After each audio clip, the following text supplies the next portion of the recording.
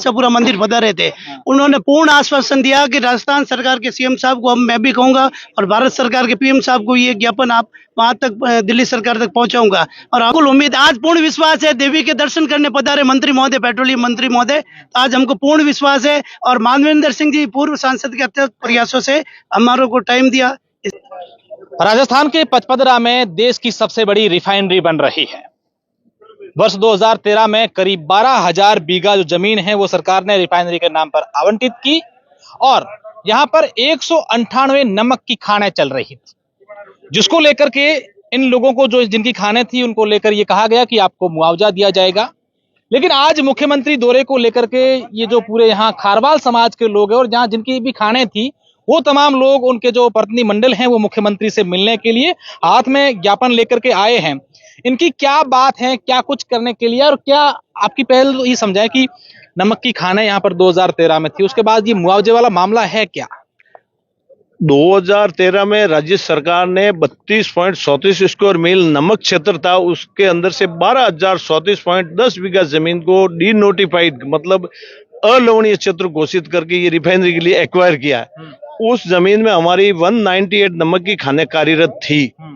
तो उस टाइम हमने कोई विरोध प्रदर्शन किया नहीं कि डेवलपमेंट का बहुत बड़ा, राजस्थान का बड़ा ड्रीम प्रोजेक्ट, इसलिए हमने कोई इतना विरोध वगैरह नहीं किया। उसके बाद में हमने गुहार लगी सरकार से, तो सरकार ने बोला कि भाई हम आपको शिफ्ट करके देंगे नमक की खाने, और आपको जो डिस्टर्बेंस। आपकी डिमांड क्या थी कि हमें नमक की खाने शुरू करने दो? हमारी डिमांड नहीं, हमारे राजस्थान सरकार और खारवाल समाज के 74 में माननीय सुप्रीम कोर्ट से एक एग्रीमेंट किया हुआ है।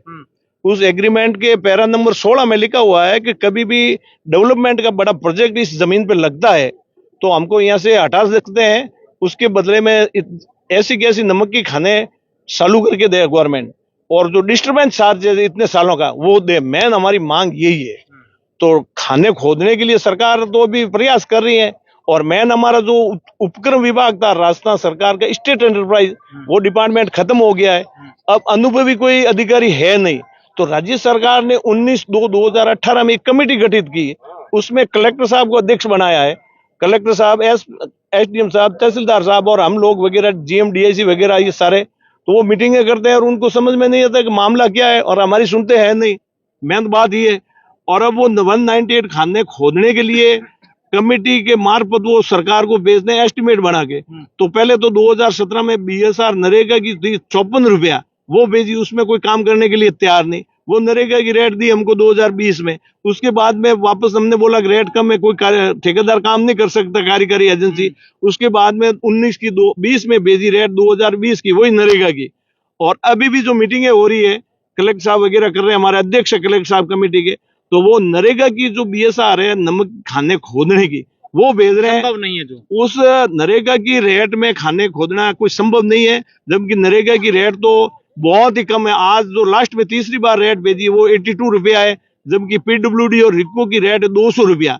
उस आधी से भी कम रेट में कोई कार्यकारी एजेंसी काम करने के लिए तैयार नहीं। बिल्कुल, आप आगे आए, क्या कुछ कहना चाहेंगे? अगर उस समय की अगर बात करें, 2013 में जब ये रिफाइनरी बननी थी, और जैसा इन्होंने बताया कि 12,000 बीघा जमीन जो एक्वायर की गई, तो कितने लोग जो हैं वो बेरोजगार होकर के, कितने लोगों के घर जो हैं 198 खानों पर चल रहे हैं? खारवाल समाज का रोजगार ये नमक की खाने ही थी, जो अब 198 खाने जो रिफाइनरी लगी है उसके ऊपर उनको दहन कर दिया गया है। अब सरकार से यही मांग है कि वापिस इनको स्थापित करे दूसरी जगह, और पुनः रोजगार शुरू हो सके। इतने साल से जो रोजगार नहीं मिला है वो भी आंकलन कर देवें। अच्छा, तो मुख्यमंत्री भजनलाल शर्मा से आप मिलने आए, इससे पहले कई और लोगों से भी मिले हैं, या इनसे विशेष उम्मीद है कि भी हाँ हमारा काम हो? आज के लिए खारवाड़ों के लिए बड़ी सौगात है हमको। पहले तो पेट्रोलियम मंत्री साम्राज्य पूरा मंदिर पधारे थे। उन्होंने पूर्ण आश्वासन दिया कि राजस्थान सरकार के सीएम साहब को, मैं भी कहूंगा, और भारत सरकार के पीएम साहब को ये ज्ञापन आप वहां तक, दिल्ली सरकार तक पहुंचाऊंगा। और हम अभी एकत्रित हुए हैं, तो हम सीएम साहब को खारवाल समाज की तरफ से ज्ञापन देंगे। हमें पूर्ण विश्वास है कि हमारा नमक उद्योग का क्षेत्र वापिस स्थापित किया जाएगा। 2013 के बाद 2 सरकारें चली गई, अब ये तीसरी सरकार आई, तो उम्मीद है कि इतने साल बाद अब वापस कहीं ना कहीं आपकी बात सुनी जाएगी? बिल्कुल उम्मीद, आज पूर्ण विश्वास है। देवी के दर्शन करने पधारे मंत्री महोदय, पेट्रोलियम मंत्री महोदय, आज हमको पूर्ण विश्वास है। और मानवेंद्र सिंह जी पूर्व सांसद के अत्यंत प्रयासों से हमारे को टाइम दिया, इसके लिए मंत्री महोदय को बहुत बहुत धन्यवाद। और सीएम साहब भी हमारी बात सुनेंगे। देवी का आशीर्वाद से, देवी ने पूरा कह दिया, साम्राज्य पूरा आशीर्वाद से हमकी बात सुन, लास्ट एंड फाइनल अब की बार बात सुनेंगे। शगुन भी अच्छे हो गए, बारिश भी चल बारिश रही में है। चल रही है। बिल्कुल। अच्छा, आप बताएं। महेश खारवाल, नमक उत्पादक समिति सचिव। आज ये जो रिफाइनरी 1 लाख करोड़ के करीब की लागत की उद्घाटन के स्तर पे पहुंच चुकी है, परंतु जिस जगह पे रिफाइनरी लग रही है वहाँ नमक उत्पादन होता था पिछले 500 सालों से, और 198 नमक की खानों के माध्यम से यहाँ लोगों को रोजगार मिलता था, दर्जनों गांवों को। वो सरकार ने उसके ऊपर कभी अभी तक मंथन पूर्ण रूप से नहीं किया है।